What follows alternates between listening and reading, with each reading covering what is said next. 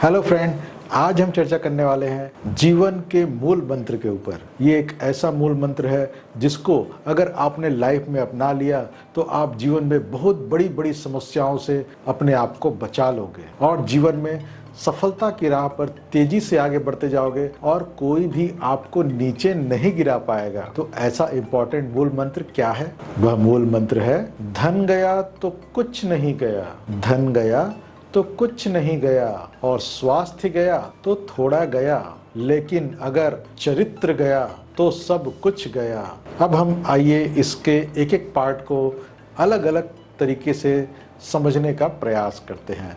सबसे पहला वाक्य है इसमें, धन गया तो कुछ नहीं गया। अब ये एक बड़ा कई बार एक कंट्रोवर्शियल चीज सी लगती है, भाई धन गया तो कैसे कुछ नहीं गया, अगर धन चला गया तो हम तो रोड में आ जाएंगे, हम तो बर्बाद हो जाएंगे। लेकिन मित्रों, ऐसे कई दृष्टांत हमारे सामने आते हैं जिनसे पता चलता है कि जिनका धन एक बार पहले तो बहुत था लेकिन बाद में चला गया और उन्होंने फिर से मेहनत करके उस धन को दोबारा अर्जित कर लिया। तो ऐसे ही लोगों के लिए कहा जाता है, धन गया तो कुछ नहीं गया। एक बड़ा ही लाइव एग्जाम्पल मैं आपको बताने वाला हूँ, वह है सिंधी भाइयों का। सिंधी भाई जो कि बंटवारे से पहले भारत के पश्चिमी इलाके में रहते थे, जिसको आज पाकिस्तान कहा जाता है। वहाँ पर एक सिंध प्रांत हुआ करता था और वहाँ पर रहने वाले लोग सिंधी कहलाते हैं। जब भारत का बंटवारा हुआ, भारत का विभाजन हुआ, उस समय उनको सब कुछ छोड़ करके वहाँ से भागने पर मजबूर कर दिया गया।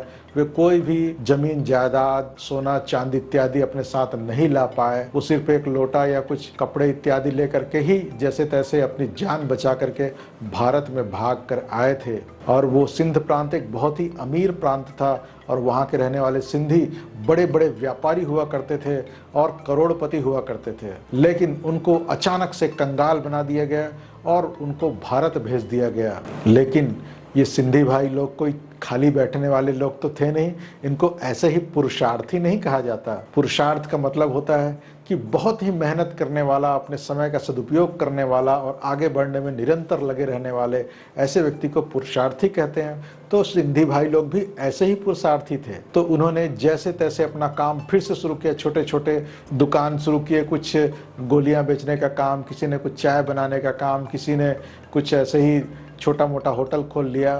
तो बहुत ही विपन्न तरीके से उन्होंने अपना काम शुरू किया और कुछ सालों के बाद, 10 साल बाद या 15 साल बाद, वे फिर से अच्छे स्टेटस में आज पहुंच चुके हैं।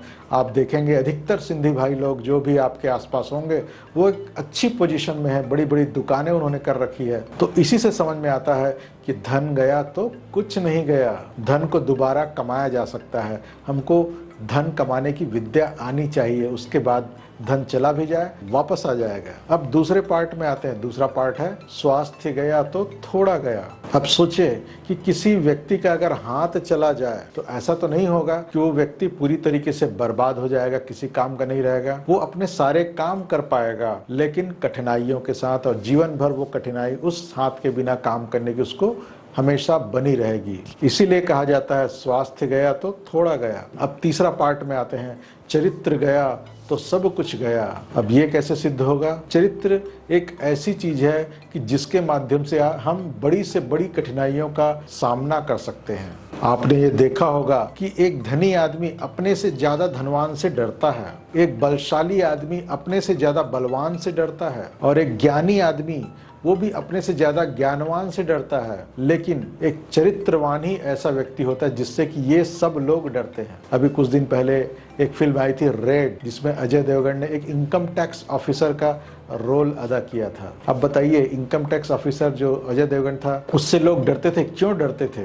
क्या उसके पास बहुत ज्यादा पैसा था, इतनी ताकत थी कि वो घर को तोड़ फोड़ सकता था, क्या इसलिए डरते थे? या बहुत ज्यादा नॉलेज था इसलिए डरते थे? नहीं, उसका चरित्र बहुत ऊंचा था। वो पैसे के आगे झुकता नहीं था, पैसे के लालच में अपने मार्ग को बदलता नहीं था, इसीलिए उससे बड़े बड़े लोग भी डरते थे। तो ऐसी स्थिति चरित्रवान व्यक्ति के साथ हमेशा से रहती है। आप लोगों ने नाम सुना होगा महर्षि दयानंद सरस्वती का, जिनको एक बार ये लालच दिया जाता है कि आप एकनाथ की गद्दी, जो कि राजस्थान में एक बहुत बड़ा मठ था एकनाथ का, जिसके कि करोड़ों अरबों रुपए की उसकी संपत्ति थी और पूरा का पूरा राज्य उसके अधीन चला करता था। तो ऐसी गद्दी महर्षि दयानंद सरस्वती को ऑफर किया गया कि आप इस गद्दी को ग्रहण करो, लेकिन आप सिर्फ एक चीज छोड़ दो, आप मूर्ति पूजा के बारे में जो विरोध करते हैं उसको आप छोड़ दो। ये प्रस्ताव एक राजा ने दिया था।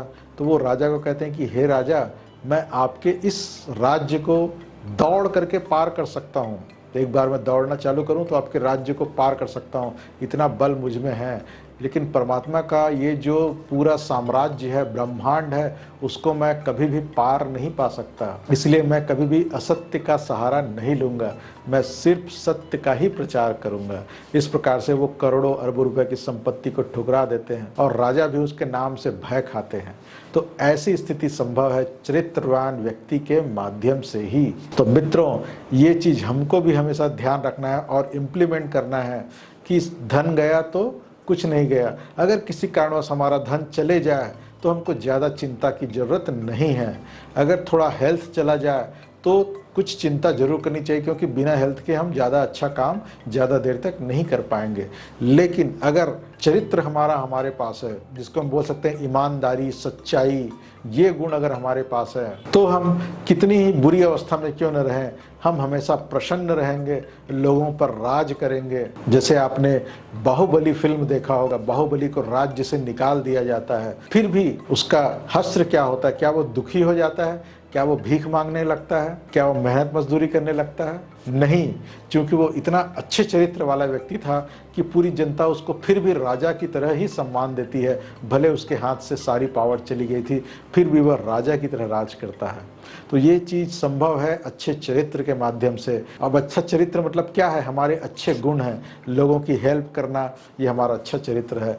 अच्छी ईमानदारी से काम करना, ये हमारा अच्छा चरित्र है। सच्चाई, सिर्फ सत्य बोलना, कभी भी झूठ का साथ न देना, इससे भी हमारा चरित्र का निर्माण होता है। जितने भी अच्छे गुण हैं, सद्गुण हैं, वे अच्छे चरित्र हैं, वही हमारे चरित्र हैं, और उसी से हम बलवान बनते हैं और उसी से हमारा कैरेक्टर एक पावरफुल कैरेक्टर बनता है। तो मित्रों, अगर आप भी चाहते हैं कि आपके आसपास के सभी लोग आपकी बात माने, आपकी इज्जत करें, तो आपको चरित्रवान बनना होगा, आपको अच्छाइयों को धारण करना होगा। तो मित्रों, ये इंपॉर्टेंट लाइफ लेसन आपके लाइफ में बहुत ज़्यादा काम आने वाला है। अगर आप चरित्रवान बनना चाहते हैं और पूरी दुनिया को मुट्ठी में करना चाहते हैं, तो कमेंट बॉक्स में ज़रूर लिखें कि मैं बनूंगा चरित्रवान।